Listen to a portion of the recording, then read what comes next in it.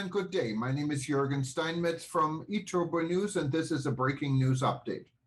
For more news updates and shows, please go to youtube.com/travel news group. youtube.com/travel news group. Here's our update. The Greenbrier Hotel. Water to cure everything. The original hotel, the Grand Central Hotel, was built on this site in 1858. It was known as the White, and later, the Old White. Beginning in 1778, people came to follow the local Native American tradition to take the waters to restore their health. In the 19th century, visitors drank and bathed in the sulfur water to cure everything from rheumatism to an upset stomach. In 1910, the Chesapeake and Ohio Railway purchased the historic resort property and embarked upon a major expansion. By 1913, the railroad had added the Greenbrier Hotel, the central section of today's hotel, a new mineral bath department, the building that includes the grand indoor pool, and an 18-hole golf course, now called the Old White Course, designed by the most prominent contemporary golf architect, Charles Blair Macdonald. In 1914, for the first time, the resort, now renamed the Greenbrier, was open year-round. That year, President and Mrs. Woodrow Wilson spent their Easter holiday at the Greenbrier. Business boomed in the 1920s and the Greenbrier took its place within high society's traveling network that stretched from Palm Beach, Florida to Newport, Rhode Island. The obsolete Old White Hotel was demolished in 1922, which led to a substantial rebuilding of the Greenbrier Hotel in 1930. This refurbishment doubled the number of guest rooms to 500. Cleveland architect Philip Small redesigned the hotel's main entrance and added both the Mount Vernon-inspired Virginia wing to the south in the signature north entrance facade. Mr. Small's design mixed elements from the resort's southern historical roots with motifs from the Old White Hotel. During the Second World War, the United States government appropriated the Greenbrier for two very different uses.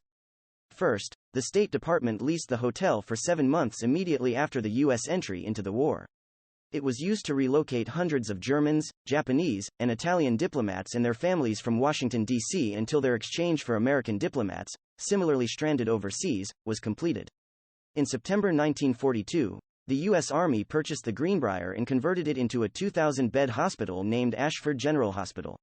In 4 years, 24,148 soldiers were admitted and treated, while the resort served the war effort as a surgical and rehabilitation center. Soldiers were encouraged to use the resort's range of sports and recreation facilities as part of their recuperation process. At the war's conclusion, the Army closed the hospital. The Chesapeake and Ohio Railway reacquired the property from the government in 1946. The company immediately commissioned a comprehensive interior renovation by the noted designer Dorothy Draper. As Architectural Digest described her, Draper was a true artist of the design world, who became a celebrity in the modern sense of the word, virtually creating the image of the decorator in the popular mind. She remained the resort's decorator into the 1960s.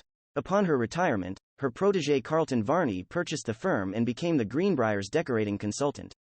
When the Greenbrier reopened in 1948, Sam Snead returned as golf pro to the resort where his career had begun in the late 1930s. For 2 decades in the post-war years, he traveled the globe at the pinnacle of his lengthy career. More than any other individual, Sam Snead established the Greenbrier's reputation as one of the world's foremost golf destinations. In later years, he was named Golf Pro Emeritus, a position he held until his death on May 23, 2002. In the late 1950s, the U.S. government once again approached the Greenbrier for assistance, this time in the construction of an emergency relocation center, a bunker or bomb shelter to be occupied by the U.S. Congress in case of war. Built during the Cold War and operated in secrecy for 30 years, it is a huge 112,000-square-foot underground fallout shelter, intended for use by the entire United States Congress in the event of nuclear war. Excavations began in 1958 and construction was completed in 1962. By top-secret agreement, the Chesapeake and Ohio Railway built a new addition to the resort. The West Virginia wing and the bunker was surreptitiously constructed under it. With concrete walls up to 5 feet thick, it is the size of 2 football fields stacked underground. It was built to shelter 1,100 people, 535 senators and representatives and their aides. For the next 30 years, government technicians, posing as employees of a dummy company, Forsyth Associates, maintained the place, regularly checking its communications and scientific equipment as well as updating the magazines and paperbacks in the lounge areas.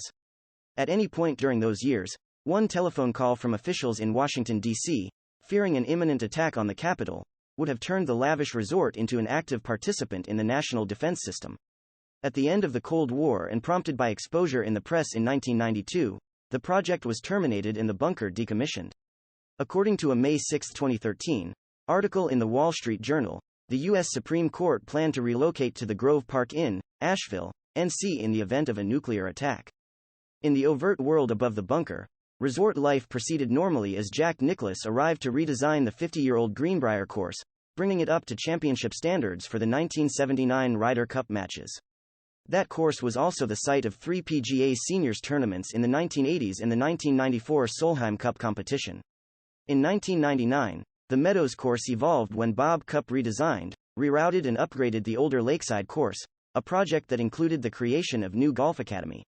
Sam Snead's career was enshrined when the golf club was virtually rebuilt, featuring the restaurant bearing his name with museum-quality displays of memorabilia from his personal collection. In a surprise announcement on May 7, 2009, Jim Justice, a West Virginia entrepreneur with a long-standing appreciation for the Greenbrier, became the owner of America's most fabled resort.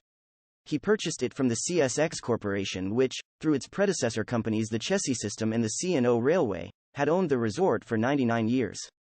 Mr. Justice turned his considerable energies into plans to revitalize America's resort. He immediately presented his vision of a casino designed by Carlton Varney that included shops, restaurants and entertainment in a smoke-free environment. The Casino Club at the Greenbrier opened in grand fashion on July 2, 2010.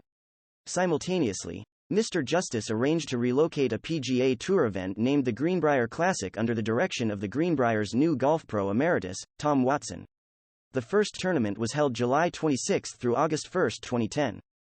26 presidents have stayed at the Greenbrier. The President's Cottage Museum is a two-story building with exhibits about these visits and the history of the Greenbrier. The Greenbrier is listed on the National Register of Historic Places and is a member of Historic Hotels of America. It is a Forbes 4-star and AAA 5-diamond award winner. The Greenbrier's complete history is chronicled in great detail, supplemented by photographs from the resort's archives in the History of the Greenbrier, America's Resort by Dr. Robert S. Conte, the resort's resident historian since 1978. Stanley Turkel was designated as 2020 Historian of the Year by Historic Hotels of America, the official program of the National Trust for Historic Preservation, for which he was previously named in 2015 and 2014. Turkel is the most widely published hotel consultant in the United States.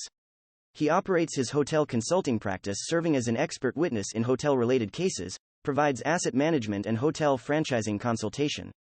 He is certified as a Master Hotel Supplier Emeritus by the Educational Institute of the American Hotel and Lodging Association. Stan Turkel at AOL.com 917-628-8549. His new book, Great American Hotel Architects Volume 2 Inches, has just been published.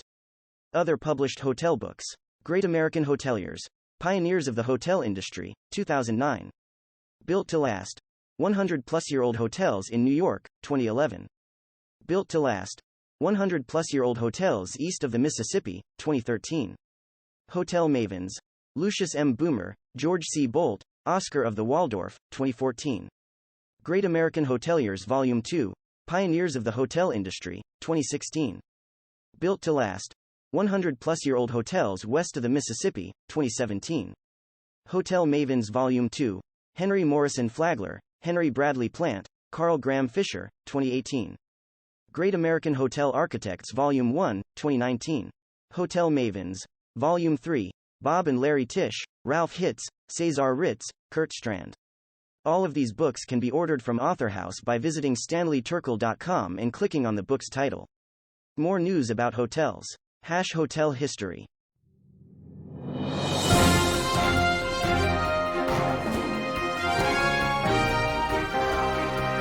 Thank you for listening to our news update. There's more on youtube.com/travel news group, or you can read us, of course, in going to our news portal at eTurboNews.com or travelnews.online.